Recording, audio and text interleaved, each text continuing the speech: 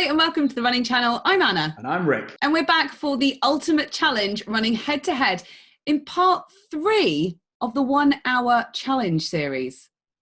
Hang on, I thought this was over. I beat you last time. Yeah, but I beat you the time before. Andy? Keep watching to find out exactly what we've got in store for these two today. And if you haven't seen part 1 and part 2 of the original challenges to find out exactly what they got up to, please do check those out. And if you haven't already, subscribe to the Running Channel and tap the bell icon to be notified when we upload new videos all about running, which we do every week. Right, what's going on, Andy? I thought it was down to the public vote who won the challenge, and I clearly smashed that.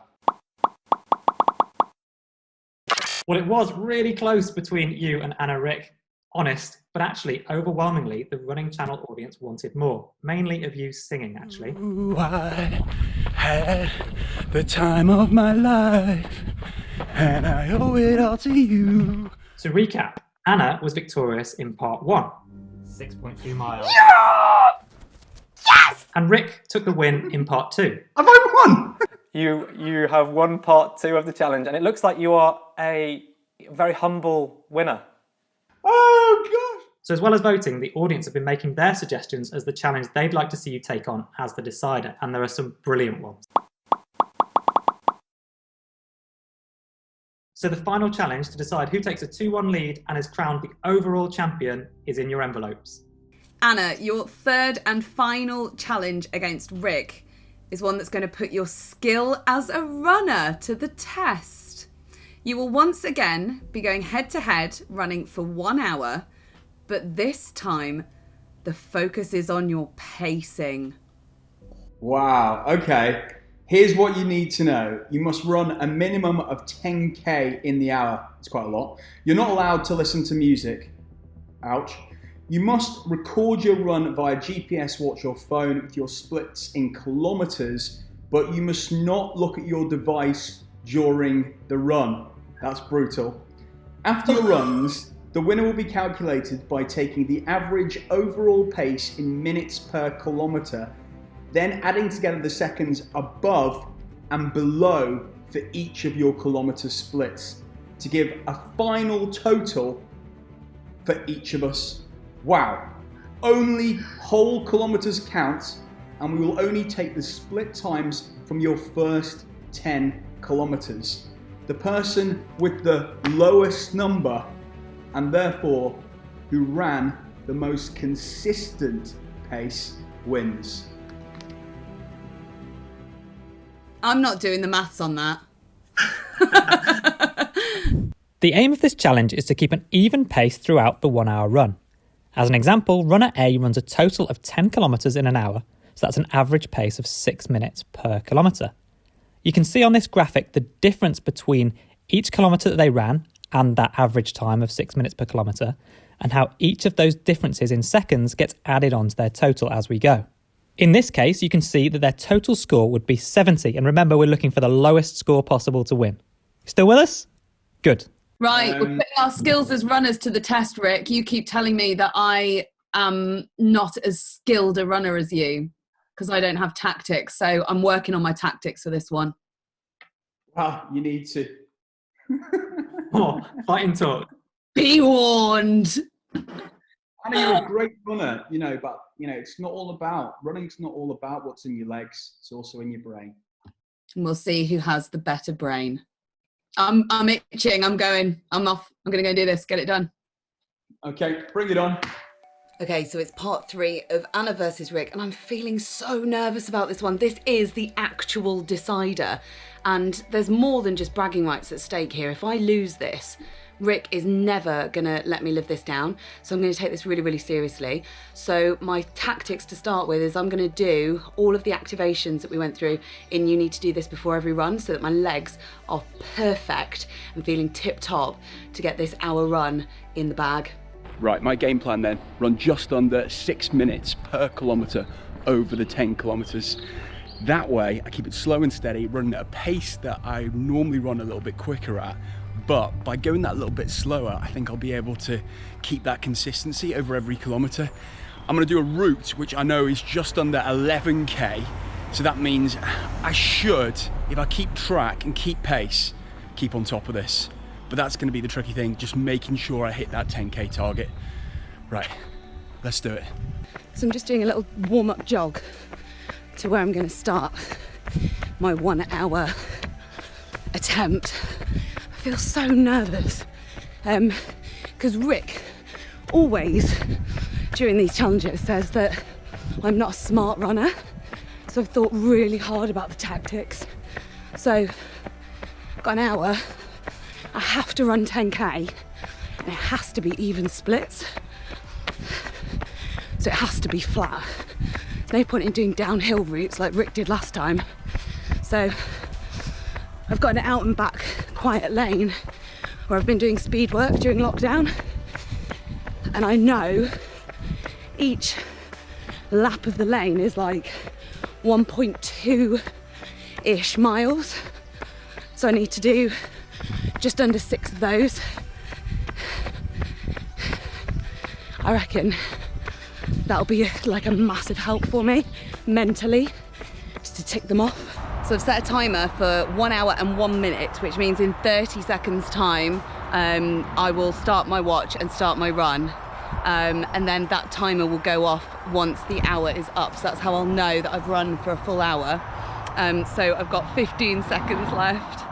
Oh, feel absolutely like sick as a chip.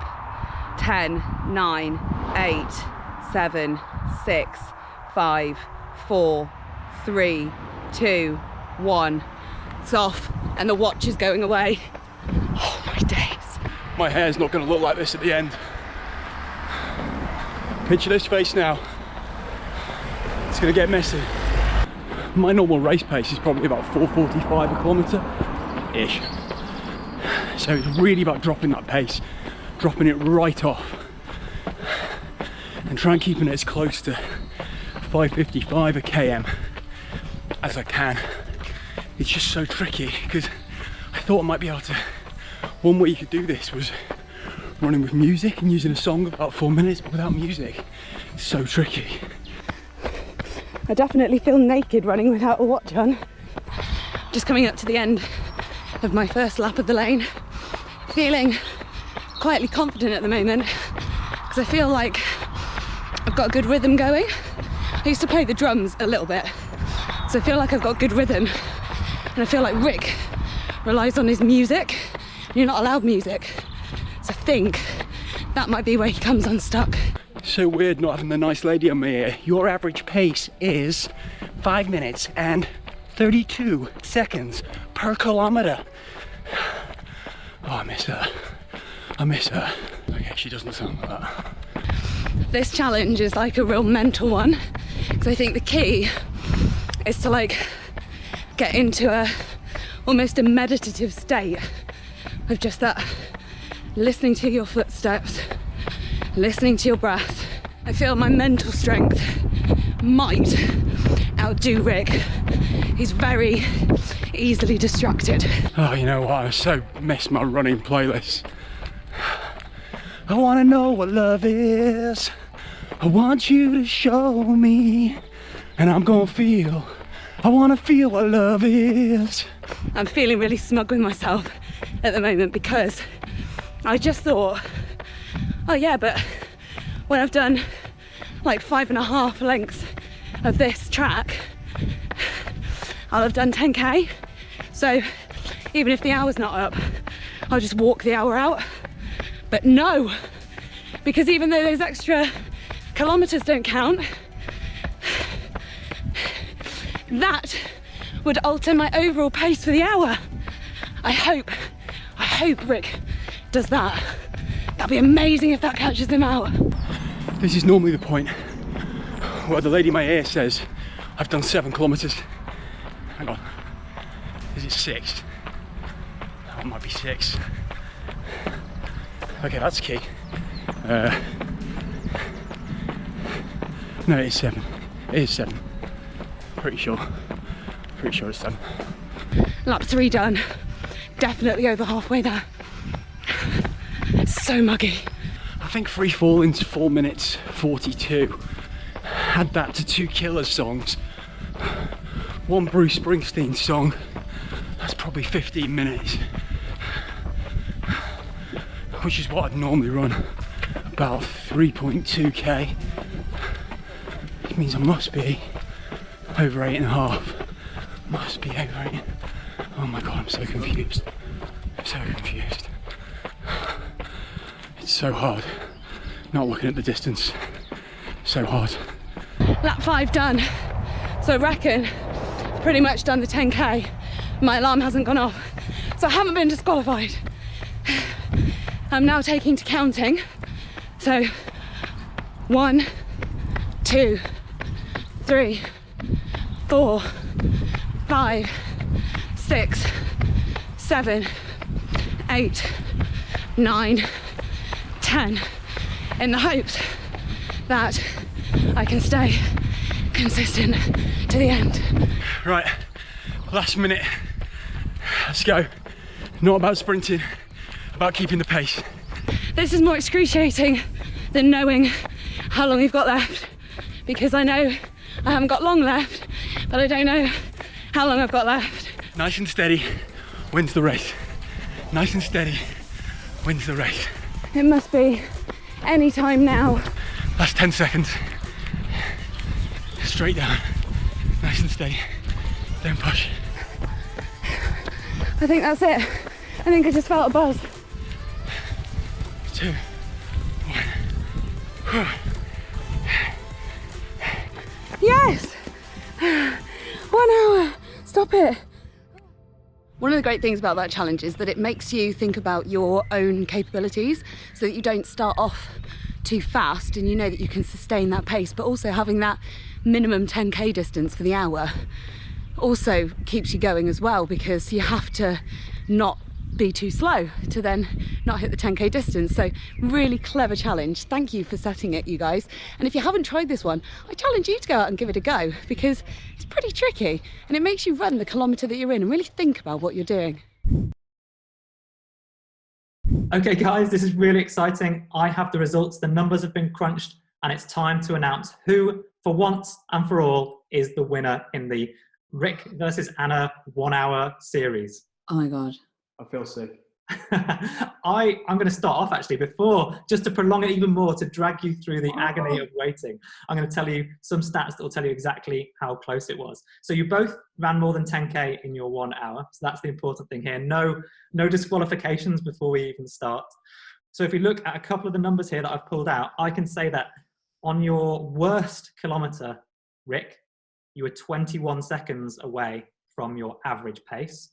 And that's not too bad, I wouldn't say. Not too bad. That's good pacing. And Anna, the same stat for you, which was on your 8th kilometre. It was the 7th one for Rick.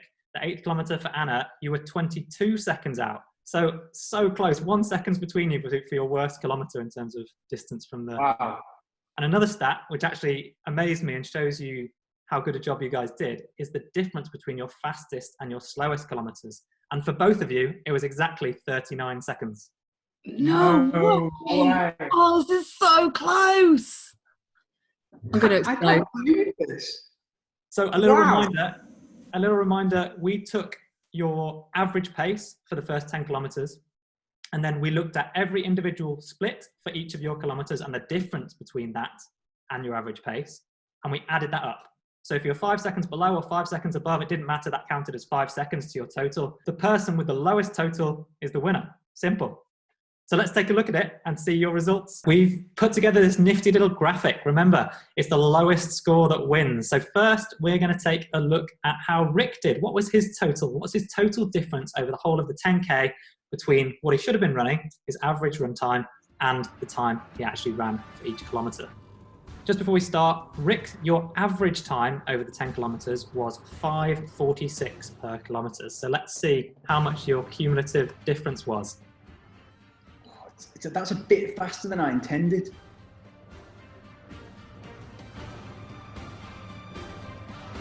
'80s, '90s, stop. Go on, keep going. Stop. Oh! So I was 106 seconds over. You know, right. Mine was a bit faster than I thought it'd be. So mine was 5:46 per kilometre.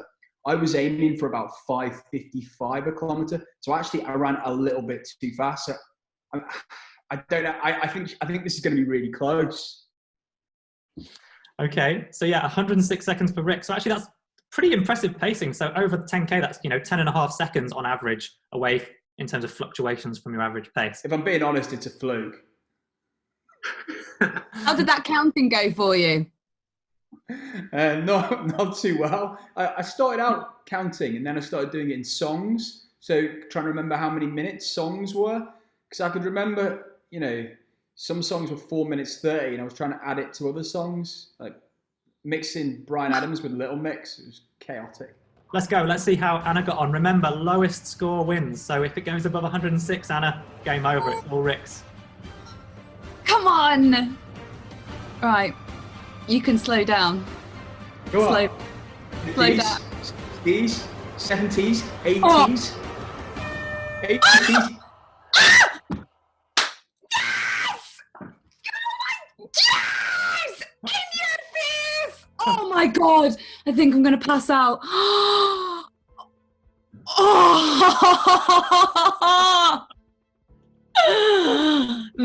That is some pretty snazzy pacing.